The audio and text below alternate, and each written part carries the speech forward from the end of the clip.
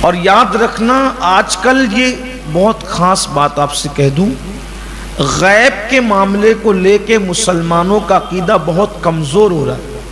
جیسے ان کو اپنی نگاہوں پر یقین، اللہ کے رسول کے فرمان کے معاملے میں وہ ڈاماڈول ہو رہے۔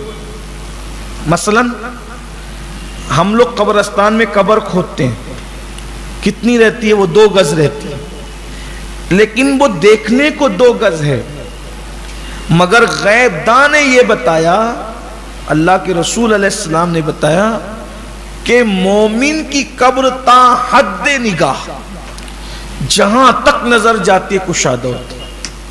پھر اس میں باغ لگ جاتے ہیں، یعنی کوئی وقت نہیں لگتا باغ، اس میں باغ ہو، کھیتی ہے، ہریالی ہے، اور ٹھنڈی ٹھنڈی جنت کی ہوائیں چلتی ہے، اور پھر مومن اس میں سیر کرتا ہے۔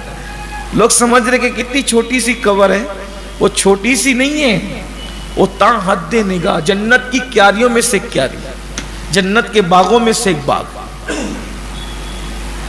تو اس معاملے میں لوگوں کو بہت تردد ہے جلدی۔ اچھا آپ دیکھتے ہوں گے کہ کچھ ہڈیاں ملتی ہے، کبھی کبھی کچھ بھی نہیں ملتا، بولے یہ تو ختم ہو گیا، کیا ہے؟ یاد رکھنا، قدرت جب آپ کا چہرہ آپ کی نگاہ سے چھپا سکتی ہے، تو اگر قدرت قبر کو آپ سے چھپا لے تو کون سی بڑی بات؟ دنیا میں کون انسان ہے جس نے اپنا چہرہ بغیر کسی سبب کے دیکھا؟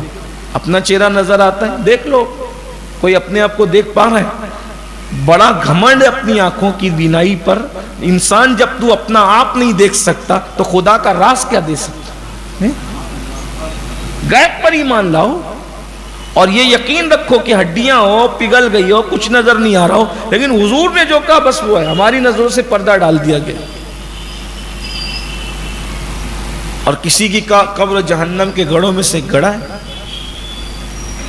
تو اس لیے کچھ لوگ یہ بھی سوچتے ہیں کہ بھئی قبر میں عذاب ہوتا ہے کہ نہیں ہوتا، کبھی تو دکھتا نہیں، کبھی تو یہ نہیں، کبھی تو وہ نہیں ہے، جو واقعات ہیں وہ گڑے ہوئے ہیں، قصے کہانیاں نہیں۔ غیب پر ایمان، دیکھیے کہیں کہیں عقل کا گھوڑا چھوڑ دینا پڑتا ہے۔ اللہ اور اس کے رسول نے جو کہہ دیا اس کو مان لو، وہاں دماغ مت لگاؤ، اس لیے کہ اپنے پاس اتنا دماغ ہے نہیں کہ اس کے راز کو سمجھ سکے۔ لوگ یہی ٹھوکر کھاتے ہیں، جو حضور نے فرما دیا، جو ثابت ہے اس کو مان لو۔ قیامت بھی قائم ہوگی،